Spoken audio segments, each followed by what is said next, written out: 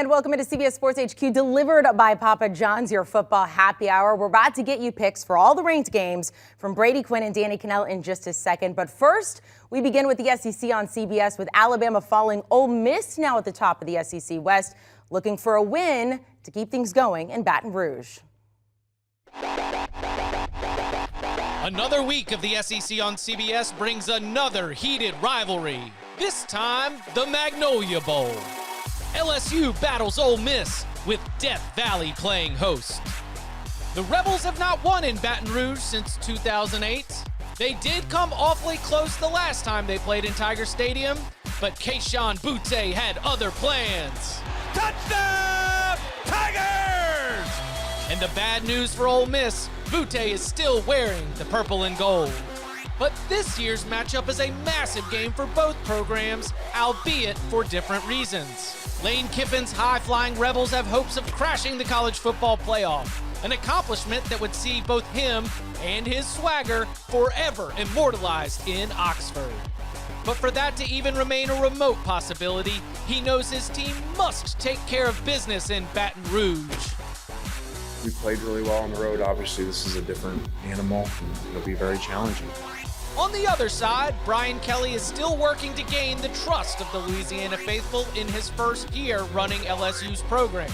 But that task got a whole lot easier with wins now against two rivals, Auburn and most recently, Florida. Excited to be at home.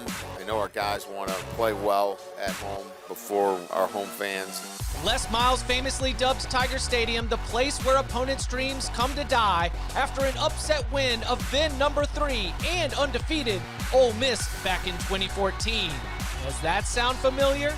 So, will history repeat itself, or can the Lane train keep rolling? It's another College Football Saturday, live from Death Valley on CBS. Let's take a look at where things stand right now. Brady, Quinn, Danny, Kanell. Last week, you guys all tied up. Yeah. If I'm not mistaken, Danny, you flipped a little bit. 6-8. You're over here shaking your head. Brady, 8-6. How do you feel, DK? I feel good. I'm just like, you just position yourselves, you know, like Tiger Woods used to say, you just want to have a chance to win on Sunday. It's still early. We're not even to the weekend yet of a 4-round major. So I'm sitting just where I need to be. Sorry, guys. I'm trying to cool myself off. I feel like I'm starting to get hot. I feel like I'm starting to get hot right now. So I need to cool myself off before this week before I really start turning it on. Sorry. A come from behind win as of right now for Brady, Quinn. All right, guys, let's get into this week's picks. See if maybe you can make up a little ground here, down 2. So we have Ole Miss at LSU, the SEC on CBS. Ole Miss 7-0 on top of the SEC West now with Alabama losing. It would be their first 8-0 start in 60 years, but it is LSU favored in this one by 1.5, the total 66 and a hook. Brady, Quinn, you got the hot start last week. We'll start with you. Yeah, I think this spread has everything to do with two things. One, it's a tough place to play there in Tiger Stadium. Even though Tennessee went in and just beat the crap out of LSU a couple of weeks ago. So I don't know that Ole Miss is overly fearful or worried about the history like that montage we just saw a couple minutes ago. But to me, I think the other thing is Jaden Daniels. He's really improved his play as a passer. We knew when he got to LSU what he was capable of as a runner, but I think the past 2 weeks you've seen it. He's completing over 70% of his passes. He's thrown 4 touchdown passes to only 1 interception, and he still obviously has that running ability, but they're opening up the playbook for him. I mean, he's averaging 38 attempts, which is above his average per season. So I think that's the reason for the spread. But for me, I mean, look, Ole Miss is going to be tough to stop. You know, you look at the rushing attack. They're number 1 in the SEC with Quinshon Judkins and Zach Evans. Jackson's dart has showcased the ability to run the football as well. But also their passing game has come along. So I look at this matchup and say, if you're going to go ahead and give me a 1.5, I'll gladly take it. So call me a fish because it looks odd to me, but I'm on the Rebels here. It does look a little fishy. So you've got a team that is ranked number 7 in the country is a 1.5-point underdog versus a team that isn't even ranked in LSU. They are begging you to take that hook, line, and sinker. Who do I trust more? Do I trust the AP voters who have Ole Miss at 7, or do I trust the odds makers? Give me the odds makers every single time. I'll lay the 1.5 with LSU. Coming off now, LSU, I think the last couple weeks have kind of been college football has been tough to handicap this year because it's like how much do we know about some of these teams? LSU just got boat raced at home by Tennessee. Then they go to Florida and they have a really impressive win maybe one of their better wins of the season on the road in Gainesville.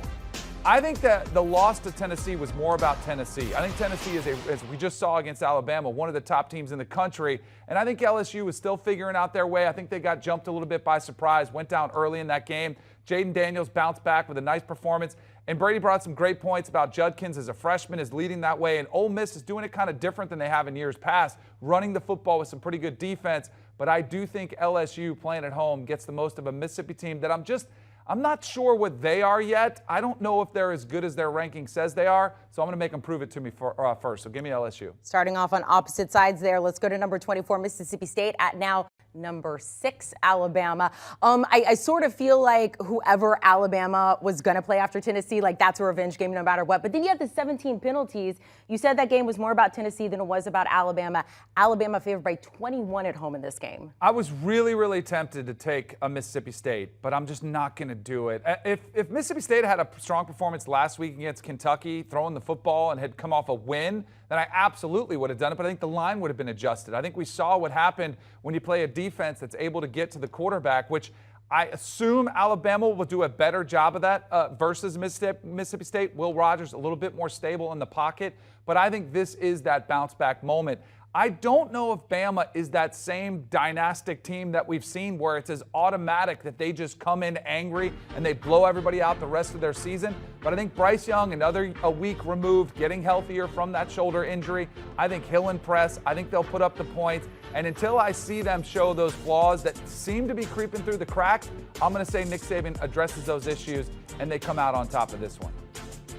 You know, Danny, I'm right there with you as far as my concern over what this line really says and means. I mean, both teams are coming off losses, so you can make the case, yeah, revenge for Alabama, but I think it's a pretty good Mississippi State team. Will Rogers can obviously spread the football around. If you go back and watch the tape of that Alabama and Tennessee matchup, a couple surprising things. You know, one, the cornerback play as well as the safety play for Alabama. This is probably the most, average skilled players that we've seen for Alabama, really on both sides of the ball, but it got exposed more watching Jalen Hyatt time and time again just run past safeties and run past cornerbacks in Alabama's secondary. So I know they've had some injuries, they got some youth there, but clearly there's been either some lack of development or some misses. And there's nowhere really to hide, especially versus a team that airs out the football like Mississippi State does. So you better expect Mississippi State to implement some of the things they saw Tennessee be successful with. I think the only question is what you brought up. Tennessee's offensive line did a pretty good job versus the pass rush of Alabama. They did get to Hendon Hooker a few times, but it's going to be a different challenge, I think, in this case because they're not worried about Hooker getting outside the pocket and running. That's not Will Rogers' game. I think the other question you're asking yourself is, can you trust Bama to cover? They're 4-3 against the spread this season. They've obviously struggled at times. This is a big number. I think that outside of that, where else they've struggled, 66 penalties called on them this season. That's the most in FBS. It has been unbelievable how undisciplined this team has been. Last week, obviously, was an issue, but it's been an issue the entire season for this team. So it bothers me as well. I guess I'll lay the 21 points here. I don't feel good about that. I'd rather take the over. I think you're going to see both teams score a bunch of points in this one, but if I have to, I'll lay the points with Bama. You don't seem very convinced about that. I mean, that whole entire argument, I was waiting for him. We had you taking Alabama there, but I was waiting for you to switch your pick. But you're going to go with that, and you prefer the over, correct? Correct. All right, we're going to go with that. We're both iffy on Bama. Like, it's not one of our favorite plays for sure. 17 penalties that last game. That was a record for them there. All right, recapping what we have right now, the SEC on CBS. Brady Quinn likes Ole Miss there. Danny on the side of LSU, both taking Alabama to cover the 21. Iffy about that. Brady says he likes the over a little bit more. Coming up, we'll head to the Big 12. A handful of ranked versus ranked teams, including Texas, favored on the road in Stillwater. And can TCU continue to be perfect, hosting Kansas State? Next. Welcome back into CBS Sports HQ, presented by Papa John's. Taking a look at Big 12, Pac-12 ranked games we have coming up this Saturday. TCU, the only undefeated team remaining in the Big 12, hosting 17th ranked Kansas State this weekend. That's a good one there. Speaking of undefeated, UCLA, the only undefeated team in the Pac-12, visiting Oregon. The Ducks favored by 6 in that one. Welcome back, Brady, Quinn, Danny, Kanell. So we have number 17, Kansas State, visiting 8th ranked TCU. TCU unranked to begin the season, now all the way up to 8 here. Danny, they had that come from behind, double overtime win against Oklahoma State. We know the word hangover. Yeah, you like to scream it. Is this a hangover game for the Frogs? It is, but here's the thing about this team. I think they're in a position, Amanda, I could see where you could fall for the hangover game, but I'm going to tell you why. I was ready for it. I was ready. Because this is a program that hasn't been in this territory in quite some time, like really 5 or 6 years, since TCU has been right in the thick of things for the Big 12 race this late in the season. The thing that's most impressive to me about Sonny Dykes' squad, this little 4-game gauntlet that they've been through, and they have risen to the occasion every single time. Going back to even SMU in a rivalry game, they found out a way to win that one. They go to Oklahoma. You know, they house Oklahoma. Kansas, they play them when game day's there. They find out a way to beat them. And then Oklahoma State this weekend, coming from back 14. I think this team is pretty special. Max Duggan is a great story. A lot of guys could have transferred out of there. He stayed, stuck around. I think they're starting to figure out things on the defensive side of the ball, but it's still an issue they're going to have to correct. But I don't think they're going to be tested as much through the air with Adrian Martinez, mostly a ground-based attack versus Kansas State. I like TCU, and I'm going to lay the points. You know what they call Sonny Dykes there in Fort Worth? The king of the cover. Yeah. They're 4-1-1 right now against the spread this season. I'm with you, Danny. I think they're going to be 5-1-1 too when it's all said and done. You touched on Adrian Martinez, only 4 touchdown passes this entire season. Let's look at him in contrast to Max Duggan, who's leading the Big 12 in touchdown passes. And they have some absolute playmakers. Quentin Johnston is blazing fast. Same thing with Tay Barber and Darius Davis. So they have weapons all over the field on the outside. And then Kendra Miller has really been able to provide them the balance that they're looking for. And they're more of a physical team than people give them credit. You know, I think we look at some of the defensive stats, and our takeaway is usually, they could be better. But we also tend to forget they're one of the more high-scoring offenses in the Big 12. And that obviously doesn't help out your defense either. So this is one where you hate the hook because they do look pretty close on paper. But this game in Fort Worth, I'll lay the 3.5 points here with the Horned Frogs. Let's stay in the Big 12 here. Another ranked versus ranked game. Texas at Oklahoma State. This one's a little interesting. Texas rolling since they got Quinn Ewers back. Gritty win against Iowa State last weekend. Spencer Sanders didn't look great that last game. Apparently, he is playing through a shoulder injury. We're not entirely sure if we're going to see him on Saturday. Texas opened up as a 3-point favorite. They are now favored by 6 on the road. Danny, what do you think about that? Well, I was 6-8 last week. This was one of my 6 wins, though, last week was Iowa State, because that was the hangover game, Amanda. They come off the Red River rivalry game, and they were a little bit flat. And credit to Matt Campbell, who put up a heck of a fight. But Texas got out with a victory. That was all that mattered. Now, you know what Sark can do. He can go in and can tell his team, hey, we can't take anybody lightly on the schedule this year. You get after them pretty hard this week in practice, and you play a team in Oklahoma State who's coming off a pretty demoralizing loss there when they did blow that 2-touchdown lead. So I think Texas picks up exactly where they left off. I think they come in a little bit more fine-tuned. I think Quinn Ewers picks off where he left off. He had 3 touchdowns last week, 0 interceptions. He continues to impress his first year as the starter. And I am a little bit worried about Mike Gundy's squad. You mentioned Spencer Sanders, the injury to that shoulder. I don't know if they're going to rebound as much as we think. So I'll go ahead and lay the 6, and I think it's going to be a higher scoring affair, so give me the over. You know, that's the thing about this spread. It looks funny to me, and it obviously is factoring in potentially the injury to Spencer Sanders, who, you know, to point out, he didn't look great last week. You know, obviously had a harder time completing some passes and throws over 15 yards. Spencer Sanders was 3 for 14, did have 1 touchdown, but was slowed down by that TCU defense. And here you're looking at Ewers, who has been absolutely phenomenal this season. You know, I'll go ahead and just say this. Texas is probably undefeated if Quinn Ewers stays healthy this season. Bottom line, he's been that good. Since returning, he's completing 66% of his passes, 7 touchdowns, only 1 interception. The offense just operates at a different level when he's back there. He's got special arm talent, we know that, but it's also his ability to extend plays and 5 guys like Xavier Worthy downfield. So, again, I can't say enough about Quinn Ewers. But let's not forget about the Texas defense. They've been much improved, and you can't understate the value of Gary Patterson and what he's meant to this staff, and probably adding some things here or there given the fact that he comes from, a history that he made there at TCU as a defensive mind, and it's played a factor, no doubt about it. Jalen Ford had a huge game last week. Him along with DeMarvion Overshown too. They kind of lead that defense as far as the run stoppers. So there's no doubt in my mind. I think one of the biggest differences is going to be the difference in balance between these two offenses' attacks. Some concerns with Spencer Sanders, but I'll lay the 6 points. I know it's a tough place to go win in Stillwater, but I'm with you there, Danny. Orange is the new red, is what we're going with now. We got 9 versus 10. UCLA traveling up to Oregon there. UCLA still undefeated. Chip Kelly heading back to Eugene. It has happened before. It hasn't quite happened like this. We do have both teams coming off a bye. It is Oregon favored at home by 6. Brady, we'll start with you. This is a tough one for me because it looks like a big number for two teams that look pretty evenly matched. And yeah, the storylines are going to be about Chip Kelly returning back to Eugene, but it's just a different Oregon team now. Far different than what it was back when Chip Kelly was calling the plays there. And really this team now at UCLA with Chip Kelly is far different. They've really relied on the development of DTR in the passing game, but Zach Charbonnet on the ground. That balance between those two and their ability to run, but also make enough plays in the passing game. And defensively, UCLA is the #1 defense in the Pac-12 right now. Now, I will say this.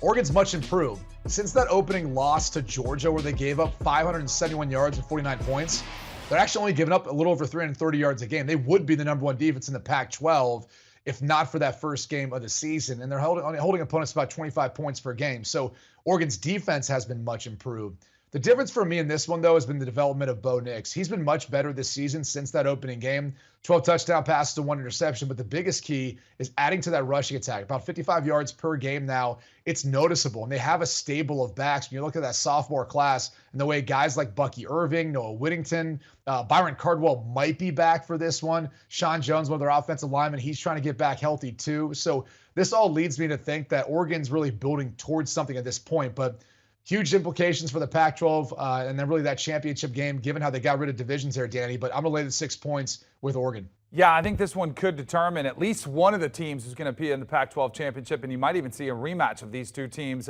down the road when they do play for the conference championship.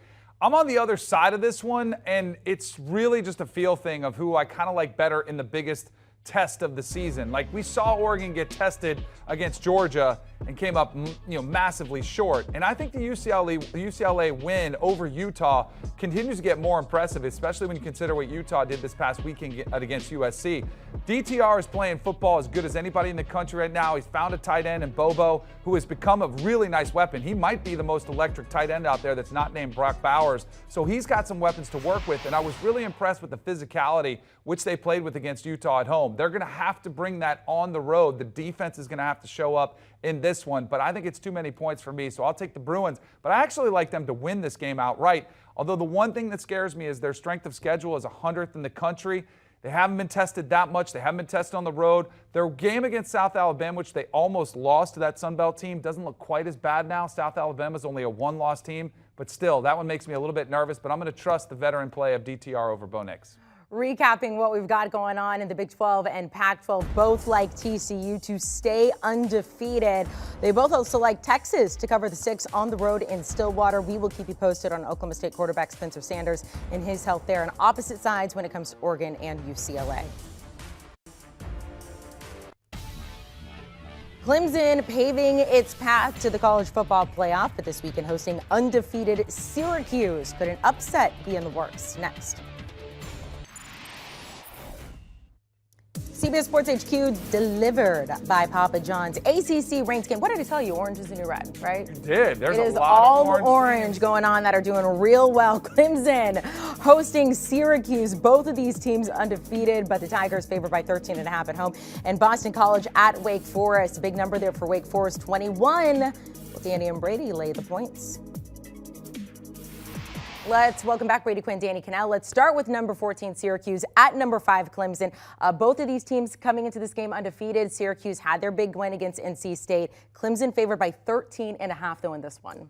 Is orange the new red or orange the new black? I don't know what it is, but there's only one school that has the name, orange, the orange. Yeah. And I'm going to take Syracuse in this matchup. For me, I know Dabo Swinney probably loves this because I still look at Clemson and I just feel like they're not as dominant as I once thought they were when they would just roll through opponents. but they'd always have one sort of slip-up game where they would play down to the level of competition, and we've seen it happen against Syracuse before. Syracuse, now their schedule, they've been given some gifts. They found things. They found out ways to win late against Purdue. They faced North Carolina State without Devin Leary. But at some point, you've got to recognize what they're doing, and that's winning football games. With Garrett Schrader playing quarterback, Sean Tucker running the football, playing with a little tempo, spreading you out. And I think they'll have some success offensively versus Clemson, whose secondary still struggling to figure things out and really become that dominant force that I think most of us thought we would see after what we saw last year from this defense. Syracuse will spread you out. I think this game will be interesting. I think you'll see it in a second half game. And ultimately, I don't think Clemson wins by enough points to cover the 13.5. So go ahead and give me Syracuse in a higher scoring game on the over. Well, I'm on the other side as far as the over-under. I like the under on this one, but I'm on the same side in regards to the points. I'll go ahead and take the 13.5 points here. Look, 3 of the last 5 matchups between these two teams haven't been one-score games, and actually Syracuse was pulled off the upset in one of those occasions. So we kind of know the history about these two teams. But you talked a lot about Garrett Schrader and the balance they have with Tucker at running back. I just think they're going to have the opportunity against the secondary that has not performed well, and because of the mobility of Schrader, for him to extend plays or keep plays alive against a good Clemson defensive front. There's no doubt about it. But on the flip side, the Syracuse defense isn't any joke. I mean, they're number 1 right now in the ACC, and so they're deservedly so at that ranking. I think the one bright side for Clemson, though, has been the development of DJU and his chemistry with guys like a freshman wide receiver, Antonio Williams, another younger wide receiver as well on the outside that's gone up and made plays for him. I mean, that was one of the biggest questions coming into the season is the strides that DJU would take. Well, it seems like maybe there wasn't anyone he really trusted on the outside. Antonio Williams has become that player so far. So there'll be a fair amount of scoring between these two teams. I don't think it hits the over, though. I think if you think Syracuse is going to stay close in this one, it's probably going to hit the under. So I like the under, but I'll also go and take the 13.5 points. We have Boston College traveling to Wake Forest, number 13 Wake Forest. Wake's only loss so far this season to Clemson. It went into overtime there. Boston College has yet to hold an opponent in the ACC to less than 27 points. I don't know if you want to keep that in mind when you're looking at this. Wake favored by 21 at home. Brady, what's your play? Plays the over. I mean, look, I think you're going to see a lot of points from Wake in this one. And they're not going to be impacted by weather. If this is in Boston, maybe a different story here. But look, 2 of the better wide receivers you're going to see in all of college football. For Boston College, Zay Flowers, who leads the ACC in receiving. He's absolutely fantastic. And for Wake, you're going to see A.T. Perry amongst their other playmakers that they've got out there with that slow RPO scheme that we all love to talk about. But it's going to be a higher scoring game, high flying game between these two teams. The difference ultimately to me is just Sam Hartman's going to be able to keep pace and be able to outscore BC at this case. I can't see them hanging around in this one. BC's really struggled this year defensively. So the over is the play, but I'll go ahead and lay the 21 points here too. We got some lock unity on here in the exact same side across the board. Jeff Hafley, I like the hire at Boston College. I thought they had a nice season last year. The trajectory I thought was different than what we're seeing this year. It is clearly almost a rebuild year. And Brady brought up Zay Flowers, who's a great example of somebody who valued an education at BC, wanted to stick it out with his teammates. He had multiple opportunities from other bigger Power 5 schools with more prominent names to lure him away, but he said, nope, no thanks. I want to stay here. I feel bad for him that he's not having the success he thought he would, but I do love what's happening at Wake Forest, and Sam Hartman is absolutely balling. This team very much still kind of lingering out there. They need some help, hoping Clemson would lose.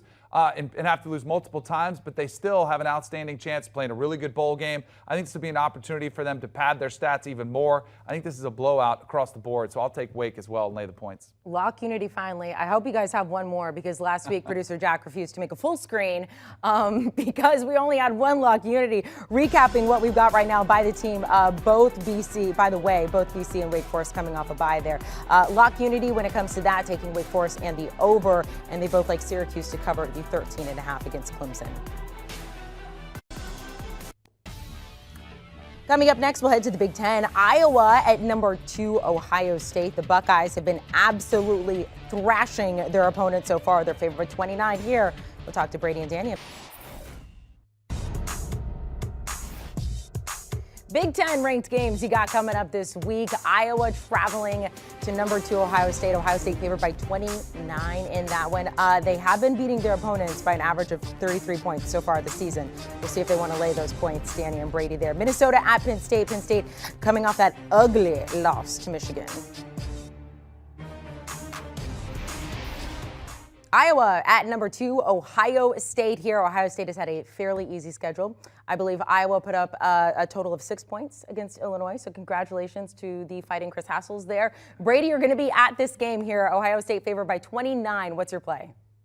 Yeah, both teams off the bye. Obviously, this is a big number here, but if you look at how these two teams match up, at least strength on strength, the Ohio State offense, which is one of the most prolific in college football. I mean, I believe they're the number 3 scoring, the top scoring offense going up against the number 3 scoring defense. And Iowa prides itself on not giving up big plays. Actually, the fewest plays of over 30 yards in FBS. They're tied with a couple other teams, I believe, for that number. So that's the game plan: is can Iowa slow down this potent offensive passing attack and even a ground attack that's at least over, I want to say, the past 4 games.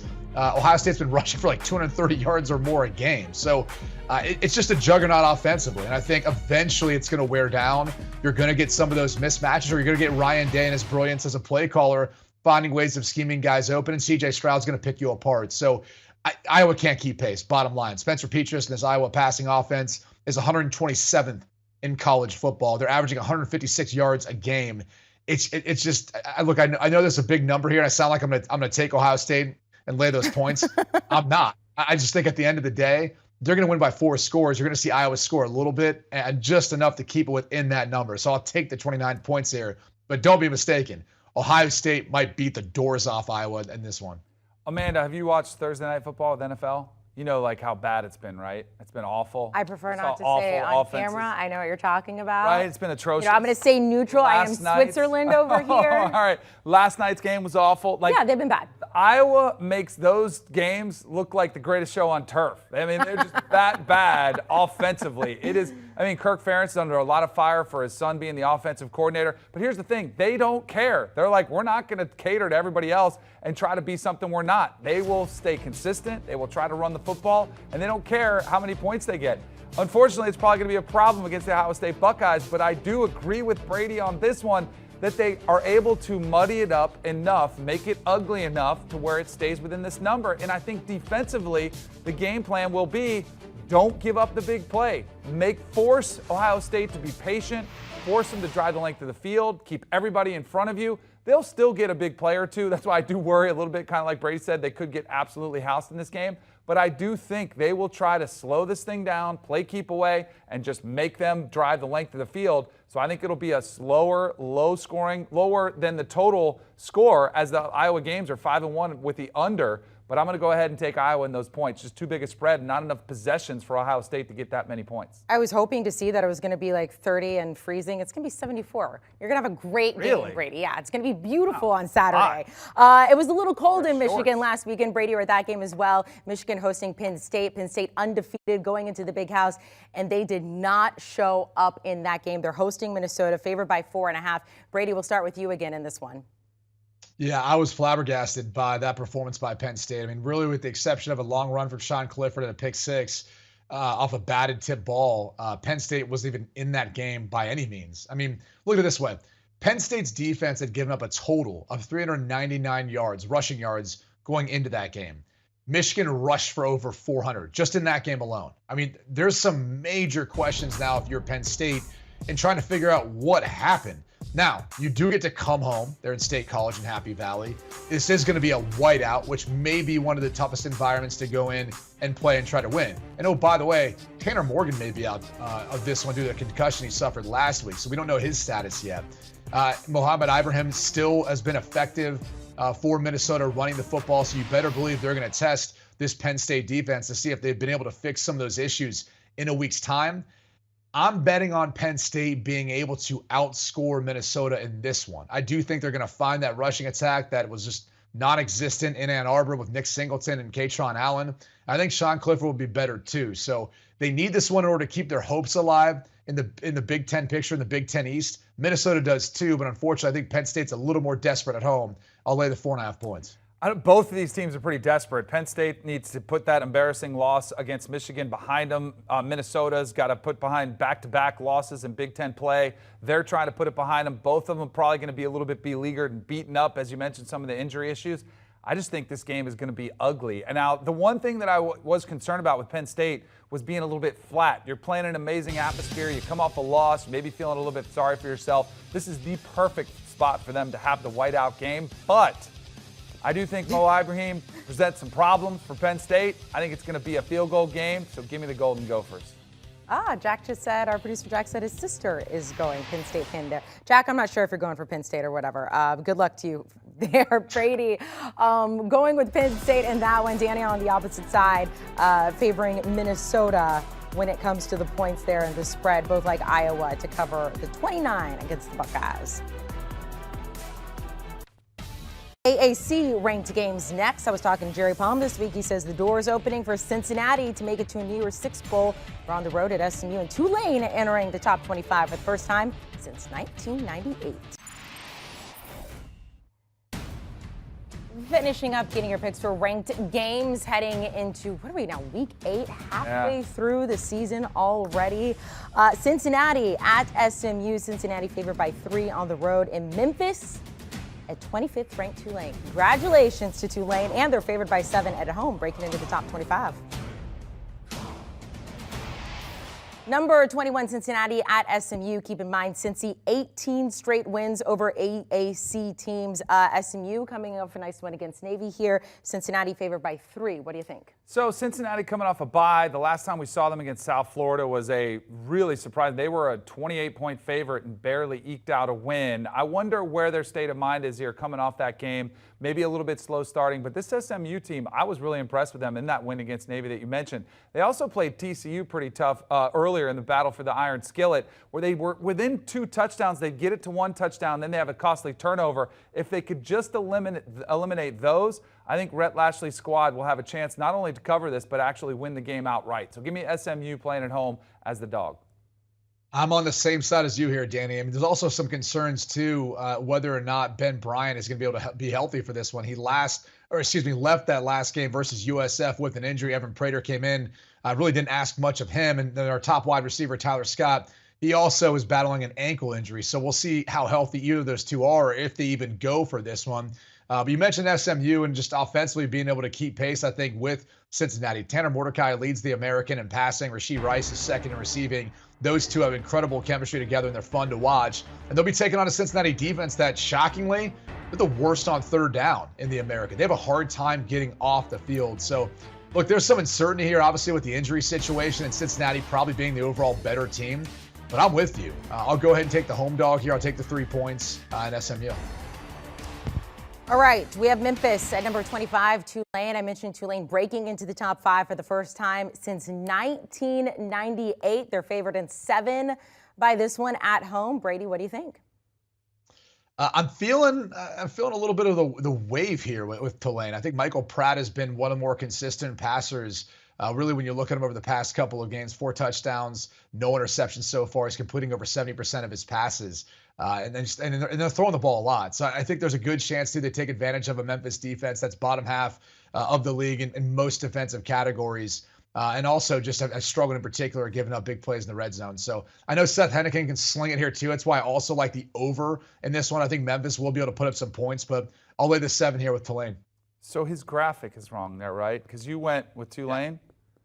Right? Yeah, I sent this in late to Jack. There was a switch. Okay. Oh, it's the late switch. All right, that makes me feel better about my pick. Wait, you are with Tulane. Give me Memphis. But look. What? Jack points out that the wave looks like it's mad at you, like it's coming after you for going with It does, here. and I talked to Willie Fritz last week. I love what he's doing there, but to me, this is more of an upset pick. I just went with one with SMU. We saw the underdogs last week have a monster week in college football. I think it speaks to the parity. 7 points is just too many for this one in a tightly contested matchup here between these conference foes. Give me Memphis here playing on the road. Tulane has held 4 opponents to 10 points or fewer, including Kansas State. That is impressive. All right, recapping these picks here. We have, so to double check, you both like SMU to cover, and then Danny, you're going with Memphis. Yep. Brady's going with Tulane. That's correct.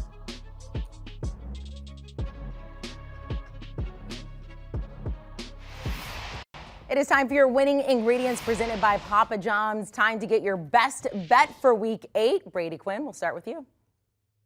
I've got Texas laying the 6 points in Stillwater. It seems a little bit of a questionable call, but I'm a believer in Quinn Ewers. I really think this young man is special. You see the difference in the offense and the way it operates when he's back there. And they probably have the best 1-2 punch between him and Bijan Robinson in the rushing attack for Texas. So you know they can put up a bunch of points. I do think they're going to give Oklahoma State some problems. When you go back and watch the tape last week, too, TCU gave plenty of problems to Oklahoma State and obviously was able to eke out a win. So I don't know that's going to be that much more difficult for Texas. I think, honestly, if without the loss to Bama, I think if Ewers stays in that game, they probably win it. I think we're talking about looking at Texas a lot differently. So I'm laying the 6 points there. That's my best bet. I really like that one a lot. We were on the same side of that one earlier in the show. I'm going to look at BYU. BYU's had a rough stretch here recently. The schedule's gotten much tougher, having to play against Notre Dame, having to play against Arkansas at home. Now they have to travel all the way across the country to Lynchburg to take on Liberty there. And you've got a nice little matchup, Evangelicals versus the Mormons. But Hugh Freeze's squad, this to me is their Super Bowl. And they're only a one-loss team. Here's the trick. They're pretty good at this year as well. At full touchdown, a home underdog, give me Liberty to not only cover, but to knock off BYU. You like that one? I mean, they say that. What? Why?